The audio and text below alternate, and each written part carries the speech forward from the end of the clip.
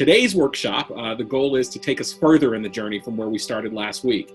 And we've gathered a group of highly acclaimed activists, organizers, and change makers to really help you explore the wide spectrum of policing and public safety options, alternative public safety models, and community-centered review processes. Patrisse, you have come to the work of police reform from a very personal place.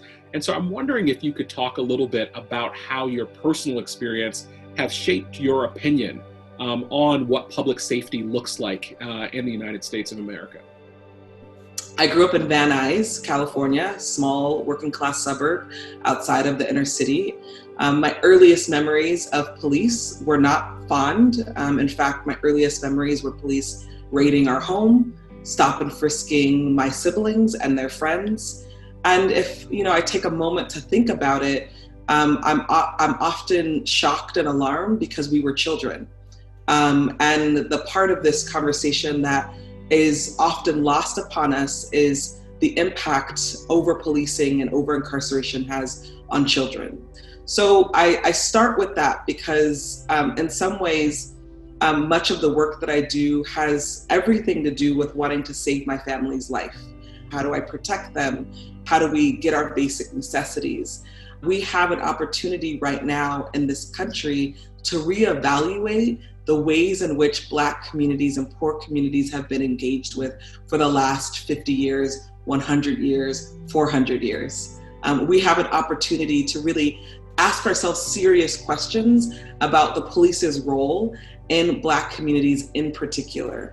We know that the long-term vision that we're building right now is a vision that's going to keep us all safe. And I think that's what matters most.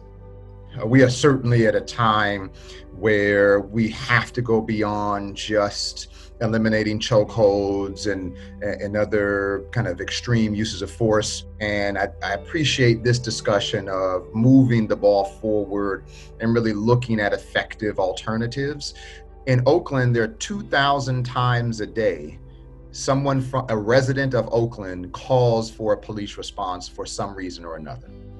And even the people calling don't necessarily need a police officer. In fact, the vast majority of those calls, they don't, but they want some sort of response. And so we have to be able to invest and scale up a community response network that can respond when the residents of these cities are requesting some type of resolution to their issue. You have a significant amount of time that police are engaged in work that can readily be responded to by trained community responders, let alone the serious work of violence intervention that can also be significantly reduced by credible messengers. So there is a host of community actors who can be effective alternative to law enforcement engagement. What we do know is that this is the same kind of data that we know about what happens to Black people outside of school happens in the school, right? Young Black boys are known to be perceived as older than they are. So that means that they are held to be more culpable and responsible for their actions. Black girls are seen as less innocent. So therefore they are arrested more often. And so we've got to be thinking about something different. And I want people to know that this police-free schools movement that is now like catching like wildfire, this work has been going on for a long time. It's just that there's an opening to a different conversation about police and the legitimacy of police in Black communities that has opened up the opportunities for some wins. We have to understand the history behind police in schools to understand why this is a problem. Police came into schools around the same time as schools were desegregating and integrating in order to protect property and to build relationships.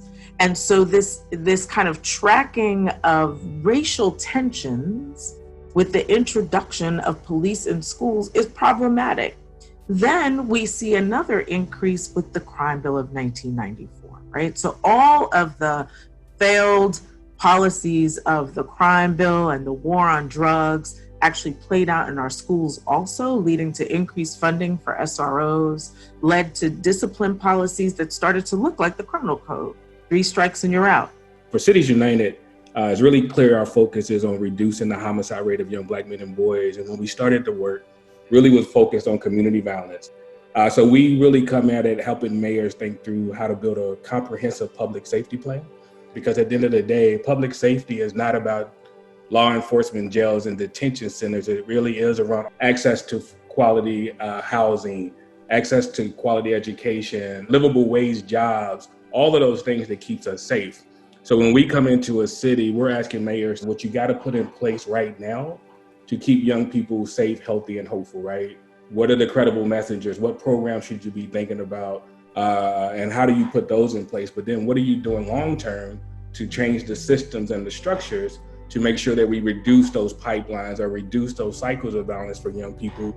And it's really clear for us that you gotta have the young people and their families who are most impacted at the table as we make these decisions and as we move forward. This is not easy. This is a nuanced, difficult, complicated discussion, right? So we should understand that. We shouldn't just say, oh, we can't do anything because it's complicated, but it is. We have to do the hard work of implementing more community response, scale and invest more, while also saying we cannot have the same old policing as well. So we have a lot of work to do, but we can do it.